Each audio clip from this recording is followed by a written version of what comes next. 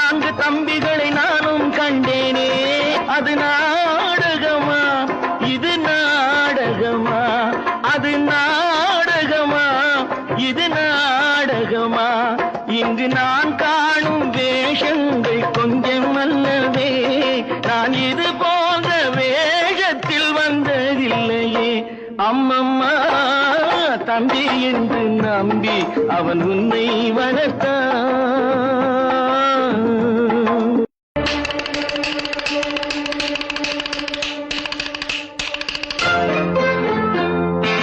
ராம நாடகத்தில் 3 தம்பிகளின் உள்ளம் கண்டேனே. நல்ல பாரதத்தில் 4 தம்பிகள்